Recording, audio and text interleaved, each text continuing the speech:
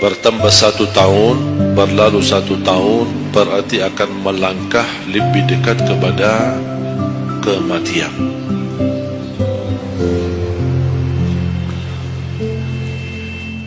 Sebenarnya bukan berapa usia kita, tapi apa isi usia kita. Isinya apa?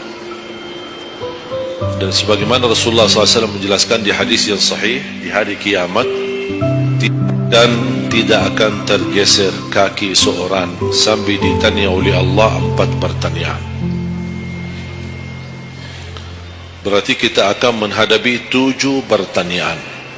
3 di kuburan, menghadap munkar nakir, man rabbuka, ma dinuka, man nabiyuka. Yang tersisa 4 nanti di hari kiamat, sebelum dimulai hisab, sebelum tergeser kaki kita ke surga maupun ke neraka, ditanya oleh Allah Subhanahu wa taala 4 pertanyaan.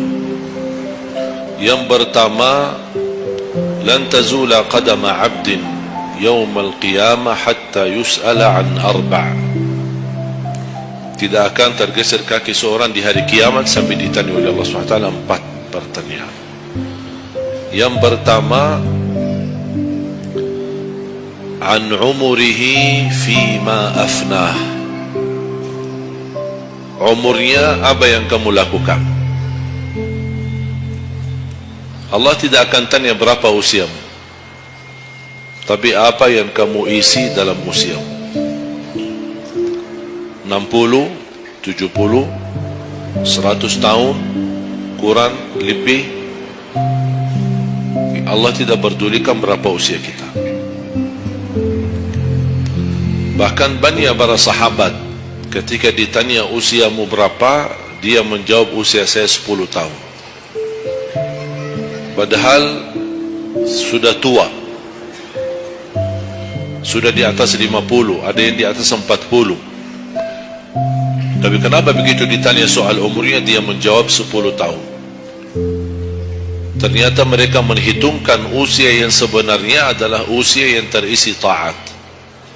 Masa jahiliyah, sebelum datangnya Islam, mereka menganggap itu semua usianya sia-sia.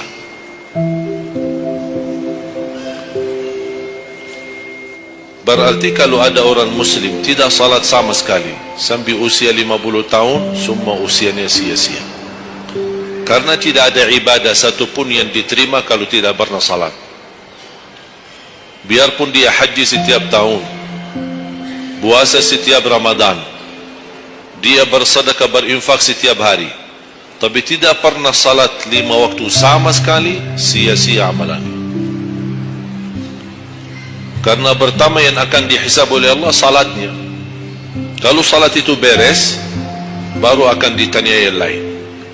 Kalau salatnya tidak ada, Allah tidak perlu bertanya yang lain.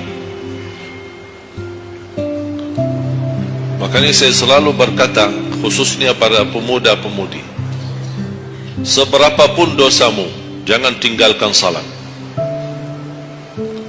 Sebesar apapun dosamu, jangan tinggalkan salat. Karena salat itu ibadah yang langsung menyambungkan kita sama Allah, tali hubungan kita sama Allah. Kalau tali hubungan kita sama Allah terputus, tidak ada tali yang bisa sambung lagi.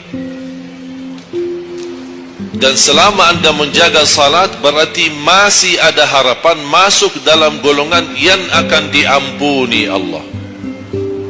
Ada ampunan, ada harapan ampunan.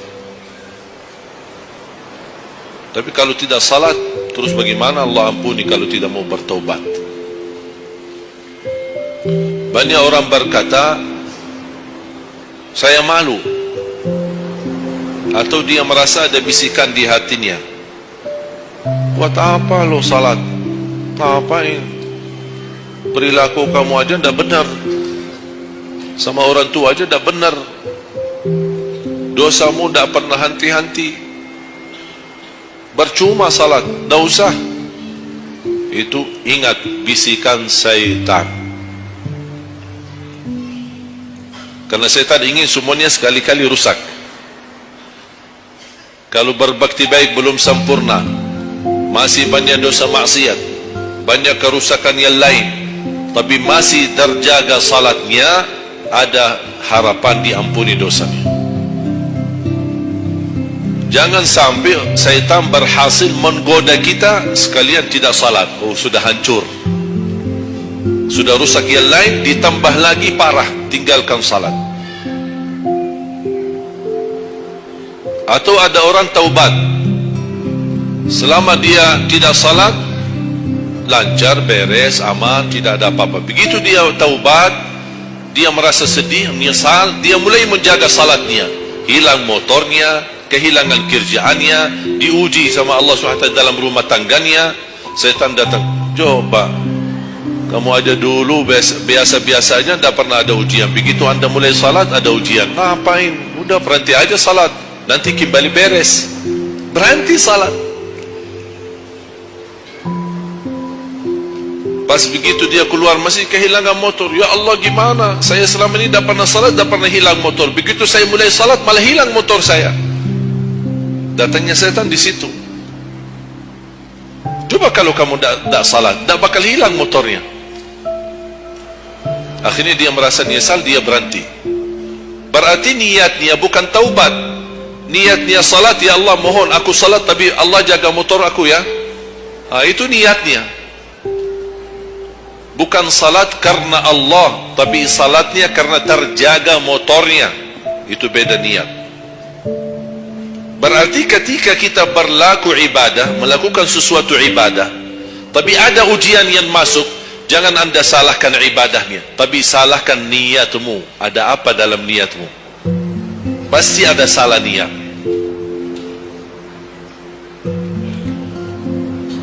Dan itu inti daripada umur kita. Allah berikan 60 tahun. Kemarin saya hitungkan, kalau standar umur umatku kata Rasulullah kan 60 sampai 70. Itu kira-kira kurang lebih. Ada yang lebih tua, lebih panjang usianya, ada yang lebih muda. Tapi standar kata Rasulullah SAW, a'maru ummati baina 60 wa 70. Standar umur umatku antara 60 sampai 70. Ada yang melebihi dari itu, tapi sedikit sekali dibanding yang lebih muda. Saya kemarin hitungkan 60. Apa yang kita lakukan di dalam usia 60 tahun. Dari lahir sampai balik. Sampai tahun berapa? 15? Kita sepakat 15? 15 tahun. Berarti sebelum balik belum taklif. Sebelum balik belum taklif. Haji boleh tapi tidak wajib, karena syarat haji harus balik. Salatnya halus balik, walaupun diperintahkan, dibiasakan untuk melaksanakan salat. Tapi anggaplah bedun taklif, belum ada taklif, belum ada kewajiban, berarti 15 tahun itu sia-sia. Dipotonglah dari 60, berapa sisa? 45. Tidur sehari berapa jam? Hah? 8? Boleh kita sepakati angka 8? Ya, kita bicara standar. Katanya menurut kesehatan, tidur yang normal dan pas dan cukup adalah 8 jam. Anggaplah 8 jam tidur. Ada yang tidur 12 jam. Ada yang tidur bangun, salat tidur bangun, salat tidur bangun. Kalau hari libur, dia tidur, tidak capek tidurnya. Begitu bangun, ya Allah, begal badan saya, tidur lagi. Saya hitungkan 8 jam. 8 jam dalam sehari berapa kalau dibagi? Dalam sehari. Sehari berapa jam? 24 jam. 8 bagiannya berapa jadinya? Sepertiga. Sepertiga sehari tidur. Sepertiga 60 tahun berapa? 20. 20 tahun ngapain? Tidur. 20 tahun cuman kerjaannya tidur. Mulai dari 8 jam. Coba, memang terlihat angkanya tidak terlalu besar, tapi kalau dihitung dalam usia 60 tahun, 20 tahun tidur. Ditambah 15 belum taklif, jadi 35. Tersisa berapa dari 60? 25. Cari nafkah dan rizki. Kerjaan, standar kerja, jam kerja berapa jam? 8. Berarti 60 tahun berapa jam? Berapa tahun kita kerja? 20 tahun. 20 tahun cari menjadi kaya. Tapi 20 tahun masih stres. Tak jadi kaya-kaya. Masih bermasalah. Ditambah habis 20 tahun pensiun, tambah hutang. Belum lagi hutang sana sini. Sekarang semua serba hutang. Dan yang aku heran, kenapa orang Indonesia suka berhutang? Ada masalah sedikit hutang. Sekarang HP cicilan bagus-bagus. Begitu saya kemarin diajak sama teman foto, saya lihat HP ini, wih, Masya Allah, HP yang terbaru ini. Maaf Pak, cicilan. Jadi jangan ditipu, jangan tertipu ketika Anda melihat handphone baru sama orang, langsung Anda baik sangka barangkali cicilan. Tak ada yang sanggup cash.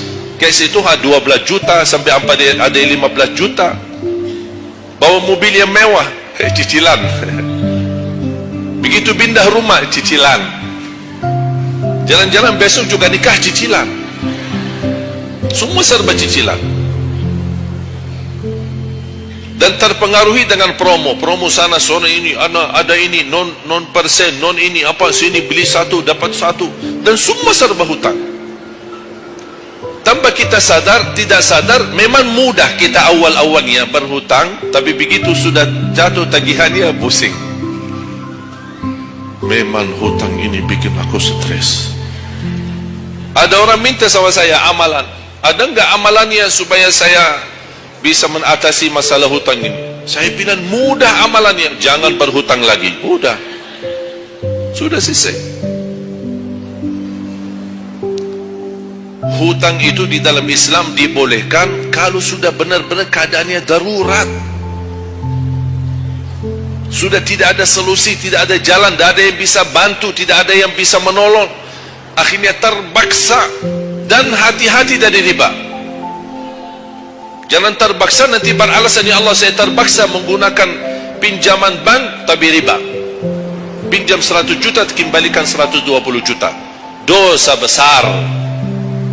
Masih lebih ringan dosa zina sama ibu daripada terima uang riba. Nauzubillah min zalik.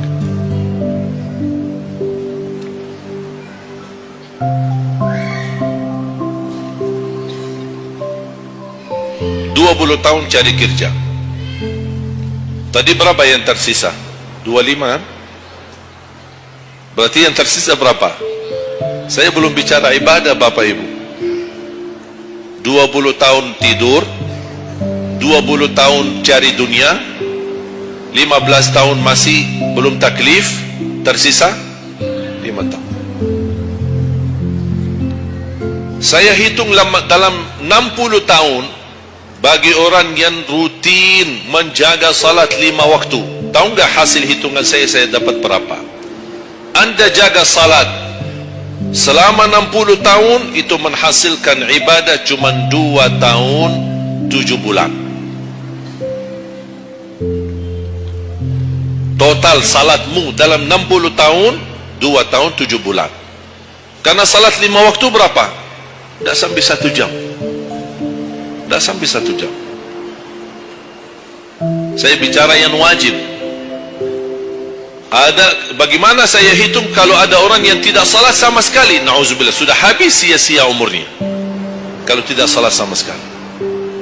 Saya belum hitung tarawih 23 rakaat 7 menit. Nah itu beda urusan itu. Ada tarawih 23 rakaat 7 menit? Tidak ada tarawih. Jangan apa suuzzan, itu namanya olahraga. Olahraga paling cepat selesai dapat juara 1. Jadi kita harus baik sangka, jangan suuzzan. Karena itu bukan salat. Yang aku heran itu setiap tahun itu tradisi ini terulang setiap Ramadan. Menjadi sebuah kebiasaan. Yang seharusnya menjadi kebiasaan agama atau kebiasaan beribadi. Dan kenapa itu hal menjadi betul-betul sesuatu yang kebiasaan, menjadi tradisi? Kenapa? Aku heran ini. Ada yang bisa jawab? Kenapa ketika masuk Ramadan tetap menjalankan 23 rakaat tapi dengan cara cepat? Aku heran belum menemukan jawabannya. Ada apa dengan 23 rakaat harus selesai cepat? Dan ini khusus di bulan Ramadan. Aku sangat kagumi ketika mendengar seorang imam begitu maju imam tarawih rakaat pertama, Allahu Akbar, Masya Allah, kepanjangan takbirnya. Saya sudah alhamdulillah, pasti nikmat, enak. Bismillahirrahmanirrahim, alhamdulillahirrahmanirrahim, astaghfirullahalazim. Saya kaget, barusan sudah enak, ngapain cepat-cepat? Makanya saya ingat di masa ketika saya di salah satu kampung, ada seorang bapa di samping saya. Saya datang ke masjid, sudah mereka mulai tarawih. Yang aku kasihan bapa di sebelah saya, barangkali usia 80, 90. Gerakannya tidak sama seperti kita. Kan kita masih muda, masih bisa mengejar imam. Habis bacaannya imam, saya tidak bisa mendengar kecuali ujung ayat. Oh, ini Al-Fatihah. Bismillahirrahmanirrahim. An-Na'im. Apa? Alhaakumut takatsur. Allahu Akbar. Sami'allahu liman hamidah. Allahu Akbar. Saya masih ikut. Yang saya kasihan bapa yang di samping saya ini. Begitu imam ruku', bapa kan pelan-pelan, kan begal badannya, sudah tua, fisiknya tak kuat, turun pelan-pelan.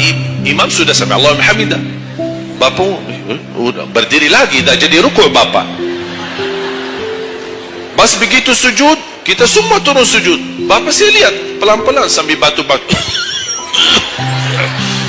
turun.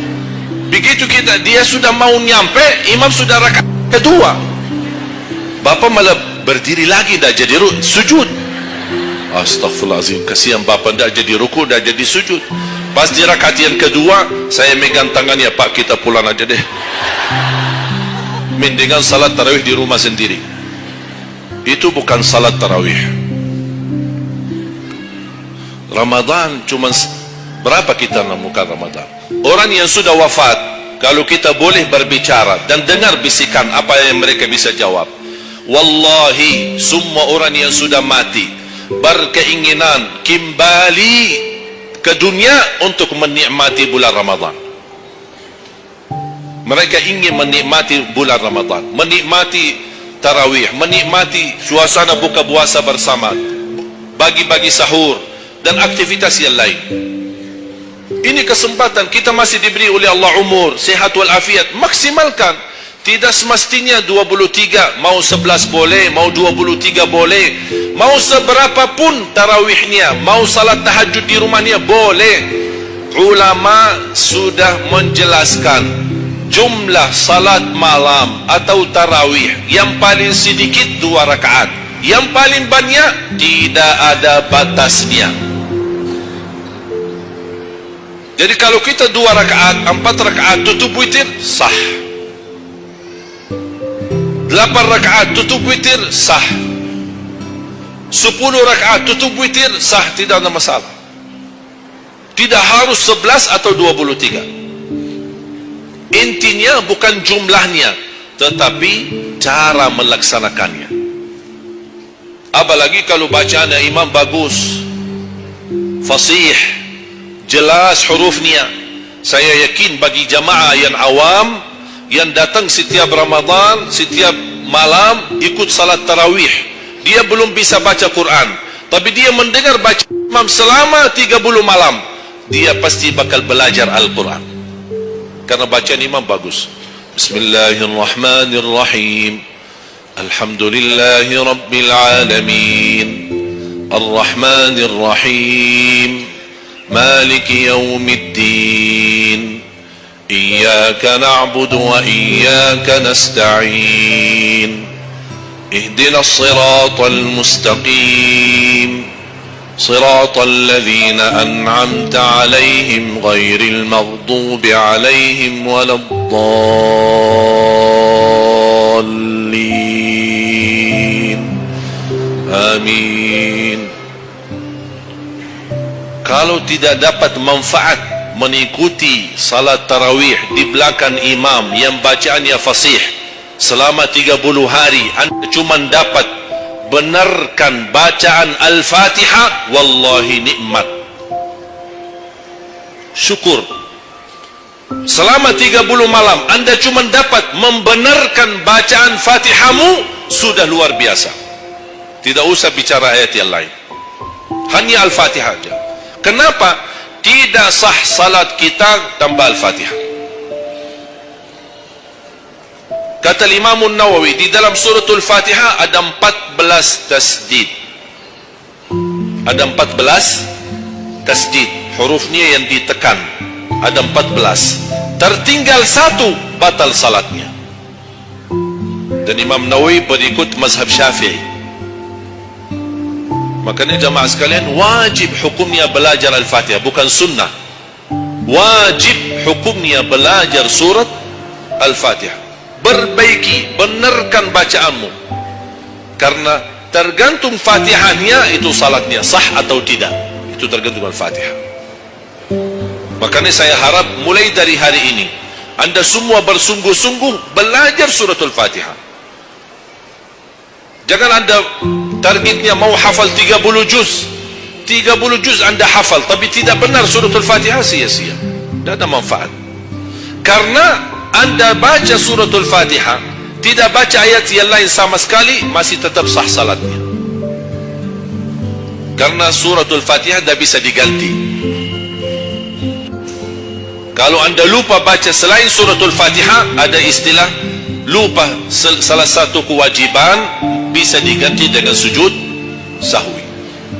Misal rakaat pertama baca Al-Fatihah, itu rukun. Lanjut dengan baca ayat pendek, anda tidak sadar, habis waladdallin amin, Allahu Akbar, lupa baca ayat, itu diganti dengan sujud sahwi. Itu kalau di salat wajib. Tapi kalau di salat sunnah, tidak ada wajib atau rukun selain suratul Fatihah. Jadi anda kalau salat sunnah cuma suratul Fatihah, kemudian takbir, rakaat yang kedua suratul Fatihah, dan kemudian langsung ruku', sah salatnya, tidak apa-apa. Tidak harus baca surah-surah yang lain. Itu di salat sunnah. Tapi kalau di salat wajib, hukumnya baca Al-Fatihah rukun, hukum baca surah yang lain wajib. Kalau terlupa, diganti dengan sujud sahwi. Sujud sahwi 2 kali sebelum salam. Habis tahiyat, sujud 2 kali, kemudian langsung habis itu salam. Dan habis sujud sahwi tidak bagi tahiyat lagi, sudah cukup tahiyat yang anda baca.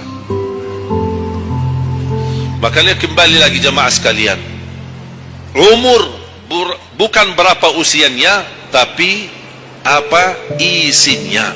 Maka Rasulullah SAW bersabda, ni'mal abdus salih man tala umur wa hasun amalu. Sebaik-baik hamba yang salih, yang panjang usianya, tapi baik amalannya. Baik amalannya. Bulan Syaban ini sekarang tersisa kurang lebih 14 atau 16 hari. Rasulullah SAW punya kebiasaan puasa Syaban full. Sampai kata Siti Aisyah, tidak pernah aku melihat Rasulullah puasa 1 bulan penuh selain bulan Ramadan sebagaimana di bulan Syaban. Penuhnya Rasulullah SAW, bukan nisfu. Setiap datangnya Syaban ditanya nisfunya, mana nisfu Syaban? Nisfu. Full Syaban, puasa aja. Di awal boleh, di tengahan boleh, di akhir boleh. Yang tidak boleh, yang tidak pernah puasa Syaban, pas begitu berakhir, mau mendekati Ramadan, seminggu terakhir atau 10 hari terakhir, itu ada sebagian ulama berkata makruh. Kalau sudah 2 hari terakhir bulan Syaban, anda tidak pernah ada puasa sebelumnya, itu dianggap oleh ulama haram. Apalagi kalau sudah jatuhnya di hari keraguan, hari ragu-ragu, kemungkinan ini bisa hari terakhir, kemungkinan bisa masuk Ramadan, isbat Ramadan. Termasuk ibu-ibu dan jamaah sekalian yang masih punya hutang, segera lunasi hutangnya. Jangan begitu sudah mendekat puasa, anda punya hutang 7 hari, tersisa bulan Ramadan 5 hari. Syekh, apa? Aku punya hutang 7 hari, sedangkan yang tersisa bulan Ramadan itu tinggal 5 hari lagi mau masuk Ramadan. Aduh, 1 tahun dah pernah tanya. Begitu sudah mepet baru cari jawabannya. Itu karena hukuman nanti. Tetap diganti puasa yang dari tahun yang lalu, tetap bayar hutangnya, dan kena denda setiap hari kena fidyah. Jadi seandainya anda masih punya hutang dan masuk Ramadan anda belum lunasi, tetap hutang itu terbawa nanti. Pas habis Ramadan anda punya kewajiban bayar hutang. Tapi karena anda tunda, mundurkan sampai masuk Ramadan, anda punya kena denda. Ditambah lagi, bukan hanya bayar dengan puasa ganti puasa, tapi ada lagi namanya fidyah. 1 hari 1 orang miskin diberikan kecukupan makanan. Makanya kembali lagi, yang punya hutang segera lunasi hutangnya. Masih ada kurang lebih 15 atau 16 hari. Jangan sia-siakan umurmu. Yang kedua, pertanyaan Allah Subhanahu wa taala, wa an syababihi fima ablah. Usia mudahmu, apa yang kamu berjuangkan, apa yang kamu lakukan. Pertanyaan saya kepada jamaah, usia muda apakah bukan usia dari umur? Bukan sesuatu dari umur? Usia muda bukan sebagian dari umur? Dari total umur? Bukan dari total umur. Tapi kenapa Allah bertanya soal umur secara total dan ditanya lagi soal usia mudahmu? Kenapa? Padahal kan sudah cukup Allah tanya tentang umurmu, ditanya lagi tentang usia mudamu. Kenapa 2 kali ditanya? Allah tidak mencukupi dengan pertanyaan umur, total umur kita, tapi Allah menambahkan lagi. Itu menjadi beban bagi seorang pemuda. Allah bukan akan tanya total usia umurmu, tapi akan Allah tambah lagi pertanyaannya, apa yang kamu lakukan di usia mudahmu? Usia muda itu sangat, menurut saya sangat sensitif. Anak muda yang taat, istiqomah di sisi Allah lebih baik daripada yang tua yang taat. Sekali lagi, dan yang tua-tua jangan tersinggung ya. Yang muda yang taat, istiqamah di sisi Allah lebih mulia daripada yang tua yang taat. Sama-sama taat, tapi kenapa yang muda lebih mulia? Karena godaannya lebih besar. Kalau yang tua, apa yang mau digoda? Habis sudah. Tak ada fisik, tak ada tenaga, tak ada apa. Kalau yang muda banyak godaannya, pandangan matanya, telinganya, hawa nafsunya, sahwatnya, fitnah sana sini. Mudah digoda, anak muda. Makanya Allah berikan kemuliaan. Bahkan salah satu hadis yang sahih, di hari kiamat semua di bawah matahari, cuma 7 golongan yang di bawah naungan Allah.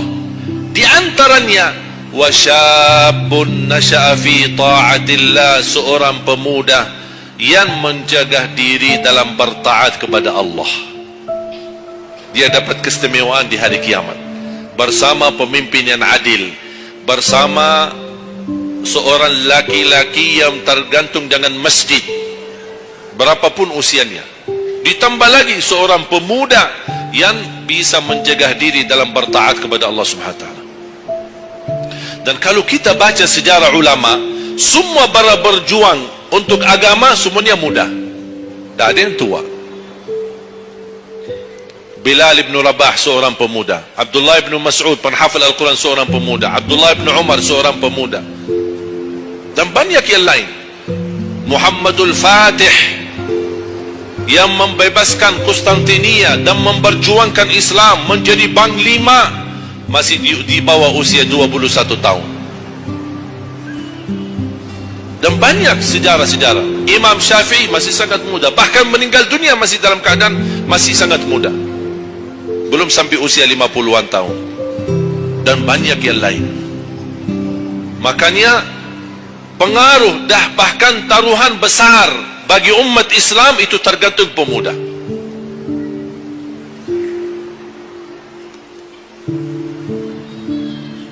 Kalau pemuda yang suka memakmurkan masjid, mencintai Al-Quran, dan dia bisa menjaga diri, dan dia bisa berbakti baik sama orang tuanya, dan selalu menjadikan target utama ridha Allah, wallahi Indonesia makmur. Kalau pemudanya jauh dari masjid, sibuk hanya bacaran, dan dia meninggalkan salatnya, jauh dari hal-hal yang baik, justru dia jatuh dalam narkoba dan berkali macam-macam dosa dan maksiat, hancurlah negeri Indonesia. Indonesia tergantung pemuda. Maaf, bukan tergantung para tua, tergantung pemuda. Makanya saya bahagia sekali ketika kemarin tanggal 17 April, saya bahagia sekali ketika melihat semua pemuda-pemuda ikut nyoblos di TPS. Walaupun kita belum lihat hasilnya, tapi sabar. Sabar. Ini ujian. Jangan ada orang terlalu muda diadu domba. Sabar. Apapun keputusannya kita tunggu. Keputusan yang resmi dari KPU. Keputusannya benar, tidak benar, serahkan kepada Allah. Hati-hati, jangan terlalu muda diadu fitnah. Sama-sama Muslim, jangan kita diadu domba di antara kita sesama. Bahaya sekali kalau terjadi konflik gara-gara pemilu dan kepentingan politik. Silahkan lihat apa yang terjadi di Timur Tengah. Semua kejadian di Timur Tengah, awal langkah kejadian itu gara-gara kepentingan politik. Yang menjadi korban rakyat. Orang politisi hidup di negeri Eropa, nikmat, senang, bahagia, semuanya serba ada. Mereka tidak bahaya, tapi yang bahaya rakyat. Yaman, Suria, Irak, dari tahun 90 sampai sekarang Irak tidak bisa aman. Ada orang bawa berita itu Irak saudara, dan mereka perang saudara antara Sunnah dan Syiah. Bohong, tidak benar. Ratusan tahun mereka hidup damai antara Sunnah dan Syiah, tidak pernah bermasalah. Tapi karena langkah awal kepentingan politik, lama-lama terpengaruhi dengan perbedaan aliran dan berbeda pendapat. Kalau sudah kita menjadi korban dan terpengaruhi demi kepentingan politik, mudah diadu domba, besok-besok akan terjadi perang antara Sunni sama Syiah di Indonesia. Besok lagi akan terjadi antara aliran-aliran yang lain sama golongan-golongan yang lain. Bisa terjadi perpecahan belah. Itu yang diinginkan oleh musuh Islam. Jangan diberikan kesempatan. Terjadi ujian, memang kita menghadapi ujian. Bukan hanya umat Islam di Indonesia. Di Palestina sudah 60, bahkan sudah sampai 70 tahun mereka menghadapi ujian. Tapi kekuatan sabar luar biasa. Tak pernah putus asa. Biarpun mereka tidak bersenjata, tidak punya apa-apa melawan musuhnya Israel, tapi mereka tetap tidak pernah putus asa, tidak pernah pasrah. Mereka tetap berjuang mencintai Masjidul Aqsa. Saya merasakan perjuangan pemuda ketika saya ke sana, ke Masjidul Aqsa. Makanya jemaah sekalian, kita bisa memperjuangkan tapi tanpa membuat permusuhan.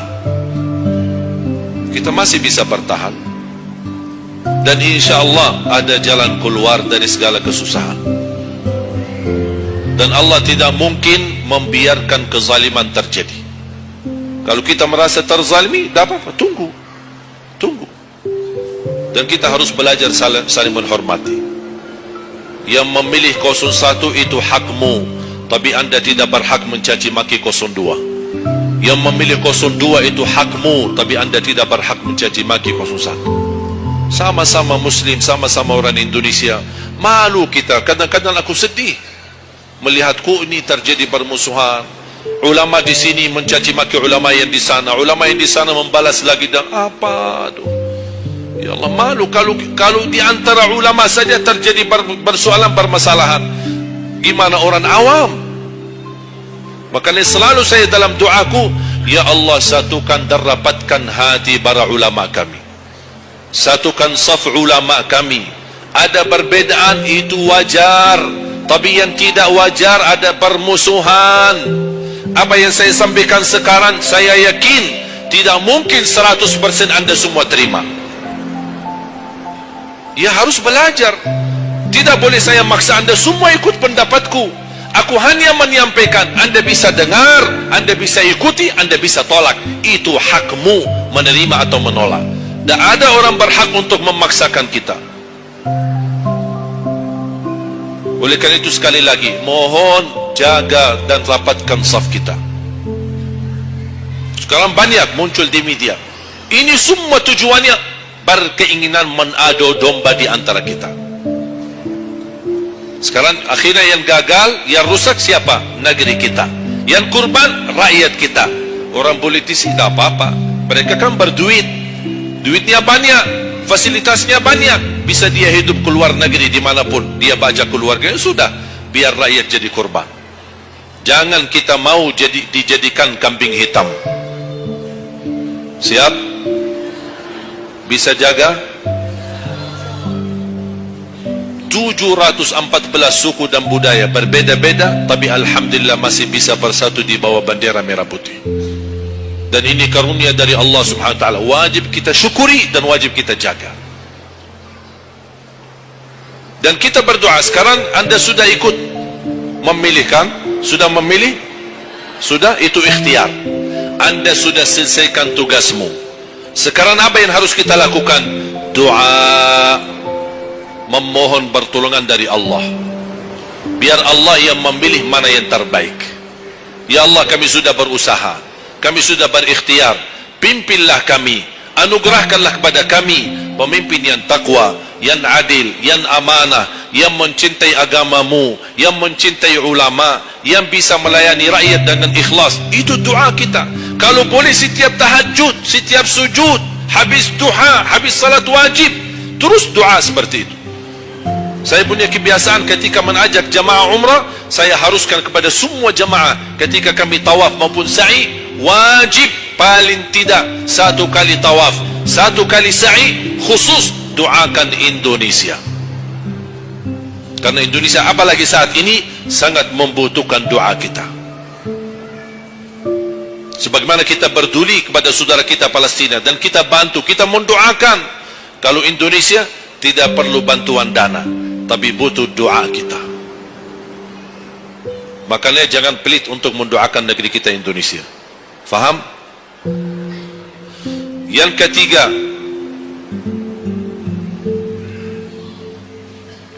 wa an ilmihi wa an malihi min aina iktasabah wa fima anfaqah.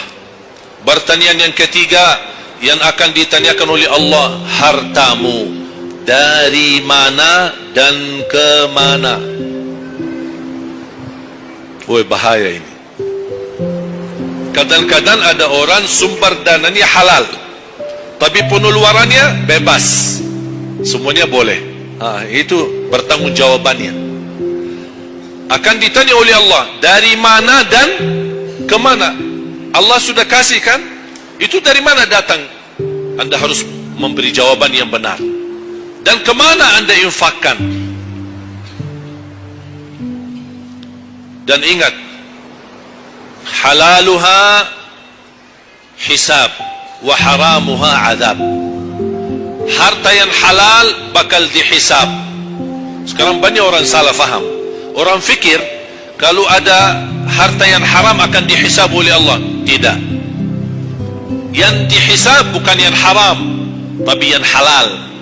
Dari mana dan ke mana. Terus yang haram gimana? Ngapain? Diazab. Anda sudah tahu itu haram, tapi anda lakukan, Allah tidak perlu tanya lagi kenapa anda lakukan. Allah pergi langsung diazab. Na'udzubillah min zalik. Hati-hati. Oleh karena itu bahagia kata Rasulullah SAW, seorang yang mulia, yang Allah berikan kekayaan, diberikan kemampuan, tapi dia bisa menggunakan dengan sebaik-baiknya. Ni'mal malus salih indal abdis salih. Sebaik-baik harta yang halal di tangan hamba yang salih. Itu termasuk harta yang terbaik. Kenapa yang terbaik di tangan orang yang salih? Karena orang salih tidak mungkin salah guna. Dia sudah jaga sumber, dia juga pengeluarannya jelas.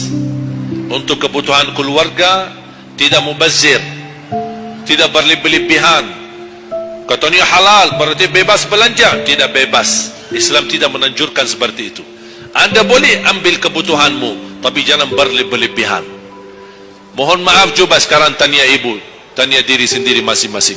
Berapa macam baju di lemari kita?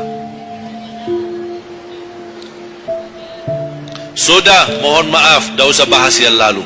Terlanjur belanja karena ibu merasa tidak tidak tega, merasa keberatan kalau setiap acara itu aja yang dipakai. Pagi acara, besok siang pulang ganti, siang malam ada acara lagi ganti lagi. Karena merasa malu.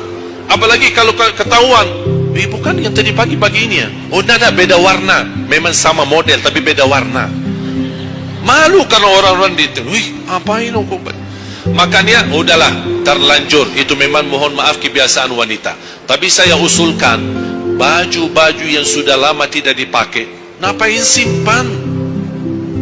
Sudah, bebaskan, infakkan, sedekahkan. Saya kemarin bermusyawarah dengan tim-tim yayasan kami untuk membuat satu lembaga khusus yang punya pakaian-pakaian yang sudah lama tidak dipakai. Apapun boleh, alat meja, sofa, apa saja yang di rumah, karpet, yang bukannya sesuatu yang tak pernah dipakai, barang makanan, piring, sendok, apa saja, insyaAllah kami bisa ditarik dan dikawal dan dikelola lagi, dikelola ulang, termasuk baju-baju. Kalau ada yang robek, ada yang ini, kita bisa jahit, kita bisa perbaiki dan kita sedekahkan. Bisa di dalam negeri dan bisa di luar negeri. Alhamdulillah program ini berjalan di kota Madinah. Alhamdulillah tidak ada lagi mubazir yang buang baju sia-sia. Semuanya bisa dimanfaatkan. Mudah-mudahan terwujud program ini agar ibu-ibu tidak terbeban. Ada kelebihan mau pindah rumah. Biasanya kalau pindah, apalagi kalau orang kaya, pindah rumah mana barang-barang dibawa lagi? Barang-barang besi yang baru-baru semua. Terus yang tersisa kemana? Dibuang atau tidak tahu kemananya. Udah, kita yang ambil, kita yang kelola. Yang perlu diperbaiki kita perbaiki, dan kita hantarkan kepada warga-warga yang miskin yang mereka tidak punya apa-apa. Setuju? Yang terakhir, yang keempat, wa an ilmihi madza amila bihi. Allah akan tanya terhadap ilmumu, apa yang kamu lakukan. Jadi jemaah sekalian, intinya bukan berapa banyak ilmumu, tapi berapa yang anda amalkan. Oleh karena itu, jangan terlalu banyak belajar. Belajar dan amalkan. Walaupun anda belajar cuman sedikit, itu jauh lebih baik daripada anda banyak belajar tapi tidak sempat mengamalkan. Belajar, amal, belajar, amal. Dan ilmu yang bermanfaat yang diikuti dengan amalun salih. Ada orang Masya Allah semangat, ke sana belajar, sana belajar, sana belajar, tapi tidak pernah mengamalkan. Dikasih amalan zikir, wirid, tidak diamalkan. Ditambah lagi amalan yang kedua, tidak diamalkan. Akhirnya terbeban, banyak amalan belum ditunaikan. Itu menjadi beban. Nanti di hari kiamat Allah akan tanya, sudah berapa lama kamu belajar? Sudah berapa banyak ilmumu? Apa yang kamu amalkan? Oleh karena itu jemaah sekalian, tolong jaga. Boleh anda belajar, tapi anda amalkan. Kalau ada orang berkata, daripada saya salah, ya udah tidak usah belajar. Bahaya lagi. Ada orang berkata, daripada saya perlumpun dan bisa mengamalkan, mendingan saya tidak usah banyak belajar.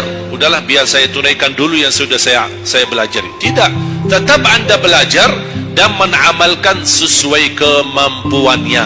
La yukallifullahu nafsan illa usaha.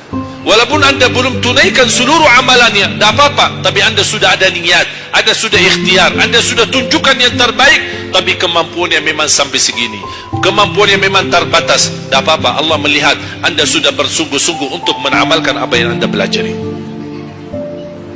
Oleh karena itu, saya kasih satu amalan, insya Allah mudah-mudahan bermanfaat.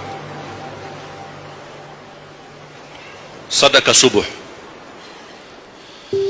Sedekah subuh, kenapa saya berkata sedekah subuh? Bukan berarti tidak boleh sedekah di waktu yang lain. Semua sedekah boleh di setiap waktu dan setiap saat, hari Jumat maupun selain hari Jumat. Tapi sedekah subuh itu termasuk sedekah yang terbaik. Kenapa? Bukan kata saya, tapi kata Rasulullah sallallahu alaihi wasallam.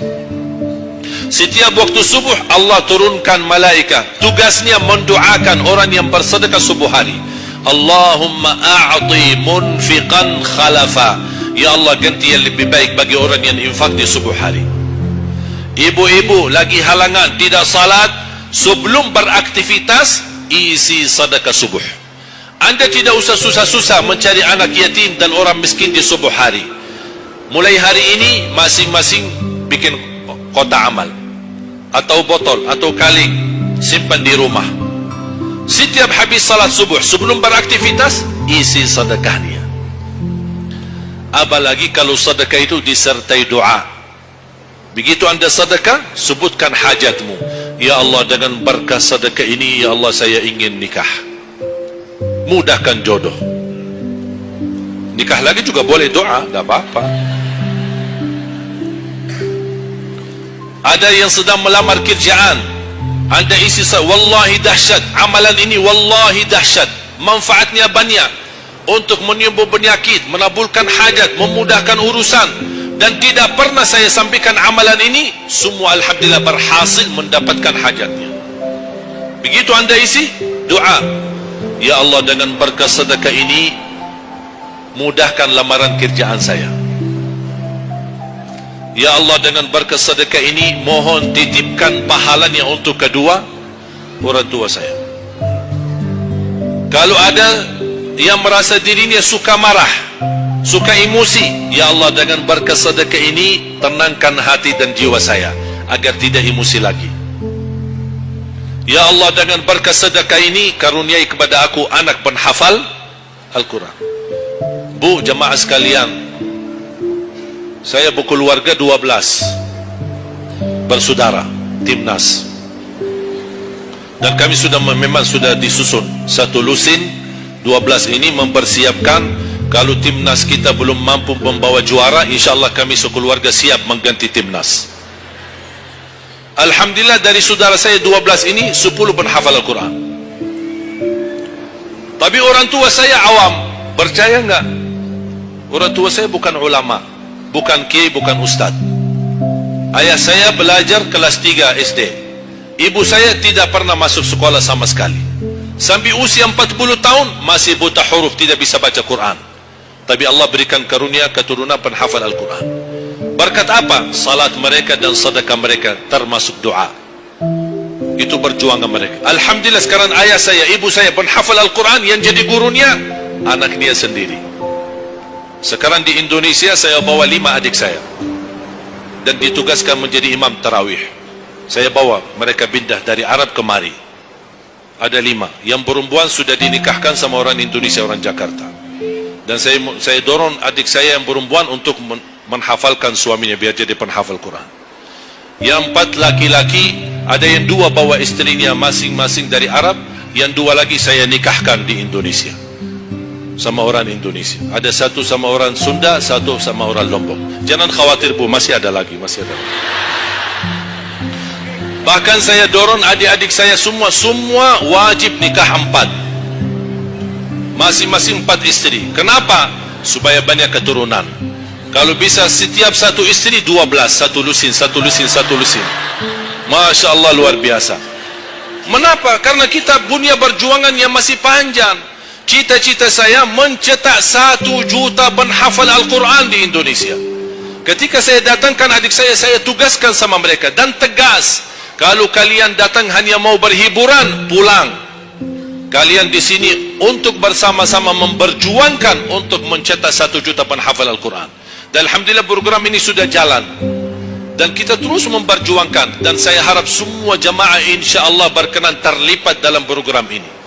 Cita-cita saya, semua masjid se-Indonesia insyaAllah diimami imam penghafal Al-Quran 30 juz. Bahkan lebih hebat lagi cita-cita saya, insyaAllah saya yakin akan terjadi. InsyaAllah di demikian hari, di waktu yang Allah insyaAllah tentukan, insyaAllah presiden kita penghafal Al-Quran. Coba, ya Allah, rasanya enak. Langsung diumumkan di Masjid Istiqlal, khatib dan imam salat Idul Fitri, penghafal Al-Quran 30 juz, Presiden Republik Indonesia. Oh, mantap. Imam salat Idul Adha, Presiden kita. Salat Jumat, khatib dan imam, Presiden kita. Tidak perlu ganti imam. Tidak perlu ganti imam, subhanallah, luar biasa. Coba, saya kagumi ketika membaca dan melihat YouTube-nya Presiden Erdogan, Turki. Walaupun beliau bukan penghafal Al-Quran, tapi murattal bacaannya beliau, Masya Allah. Mana ada sekarang presiden di dunia Islam sebagaimana bacaannya yang benar. Ini sudah saatnya, tapi bukan sekarang ya, nanti maksud saya, sabar dulu. Nanti jadi kacau nanti semua. Nah, sabar dulu. InsyaAllah ada waktunya. InsyaAllah. Mulai dari sekarang kita ayo bersama-sama mempersiapkan untuk kalau anda gagal menjadi penghafal Al-Quran, jangan gagal anakmu, cucumu, generasi yang ini semua. Kita melihat, saya bangga. Kenapa saya semangat untuk mencetak 1 juta penghafal Al-Quran? Itu berkatnya acara Hafiz Indonesia. Nonton kalau acara Hafiz Indonesia? Nangis ya? Habis tisu kan? Tahu enggak salah satu karunia Allah untuk Indonesia? Ada teman saya berusaha punya TV di Arab. Beliau ingin membuka dan membuat acara Hafiz Indonesia versi Arab, tapi gagal. Kenapa? Karena tidak menemukan jumlah yang banyak penghafal Al-Quran di bawah usia 10 tahun. Hanya Indonesia saja. Malaysia kalah, Indonesia saja di bawah 10 tahun. Dan sayang sekali, memang anda yang nonton acara Hafiz Indonesia, anda nonton acara yang sudah jadi, tapi anda belum tahu apa yang kami berjuangkan di belakang layar. Sebelum acara Hafiz Indonesia 4 bulan bekerja keras, sambil tim turun ke lapangan, ke desa-desa, kampung-kampung, ke pulau-pulau untuk menumpulkan dan mendatangkan, menghadirkan para penghafal Al-Quran. Ketika dibawa di Jakarta 2 bulan berturut-turut kami didik mereka. Yang awalnya pemalu, awalnya ada yang mohon maaf kencing di celananya sendiri, sakit tidak berani, takut. Alhamdulillah sekarang menjadi mereka pemberani. Bahkan mereka berlumba-lumba azan subuh. Mereka berlumba-lumba membangunkan sesama saudaranya. Sama-sama tertib makan. Kita menghadirkan dokter kesehatan, kita menghadirkan dokter psikologi jiwa untuk menjaga perasaan mereka selama 2 bulan. Didampingi kadang-kadang ibu mereka, didampingi kadang-kadang ayah-ayah mereka. Dan semua rata-rata sepakat orang tua mereka, tidak pernah kami merasakan bangga memiliki anak sebagaimana kami melihat perjuangannya di Hafiz Indonesia. Dan alhamdulillah begitu selesai acara Hafiz Indonesia, kami tidak tinggalkan mereka. Kami terus kawal, kami terus pimpin. Dan alhamdulillah mereka di kampung masing-masing sudah membangun rumah tahfiz. Ada yang membangun pesantren untuk mencetak dan melahirkan jumlah yang banyak penghafal Al-Quran. Dan ini perjuangan luar biasa, tidak mudah. Berapa biaya yang dikeluarkan, dan mohon maaf belum ada sponsor yang bisa mensponsori kita dan membayar full untuk kita. Kita terus bekerja keras, dan alhamdulillah masih Allah hantarkan kepada kita orang yang dermawan, orang yang baik, yang peduli dengan dan mencintai Al-Quran. Allah anugerahkan. Wallahi menurut saya saat ini, zaman ini, sedekah yang terbaik dan yang termulia, semua apapun yang terkait dengan Al-Quran, itulah yang termulia. Makanya boleh anda ketika anda bersedekah, jangan lupa disertai doa. Di antaranya, anugerahkan ya Allah Indonesia menjadi negara Al-Quran. Tapi tolong fokus. Kalau anda isi sedekahnya, tolong disesuaikan. Jangan isi sedekahnya koin, tapi doanya sampai terbit matahari. Dah ada malunya. Kata Allah, koin-koin aja sedekahnya, doanya dah habis-habis. Hajatnya panjang, lebar. Malu kita. Bukan Allah tidak bisa, Allah maha bisa menabulkan hajat, tapi kita malu sama Allah. Kok cuma bikin ya Allah, ya Allah, ya Allah, panjang. Fokus. Kalau usulan saya, 1 sedekah 1 hajat, 1 sedekah 1 hajat, dan insyaAllah akan anda melihat manfaatnya. Mudah-mudahan semua yang hadir insya-Allah menjadi keluarga besar 1 juta penghafal Al-Quran. 1 juta mencetak penghafal Al-Quran. 1 juta keluarga Al-Quran yang insya-Allah akan membangun generasi baru yang membawa Indonesia menjadi baldatun thayyibatun wa rabbun ghafur, dan di masa yang akan datang insya-Allah Indonesia menjadi lebih baik. Amin ya rabbal alamin. Barakallahu fikum. Terima kasih, semoga bermanfaat. Kurang lebihnya mohon maaf. Mungkin ada panitia ingin menyampaikan selanjutnya. Wallahu a'lam. Subhanakallahumma bihamdika asyhadu an la ilaha illa anta astaghfiruka wa atubu ilaik. Wassalamu alaikum.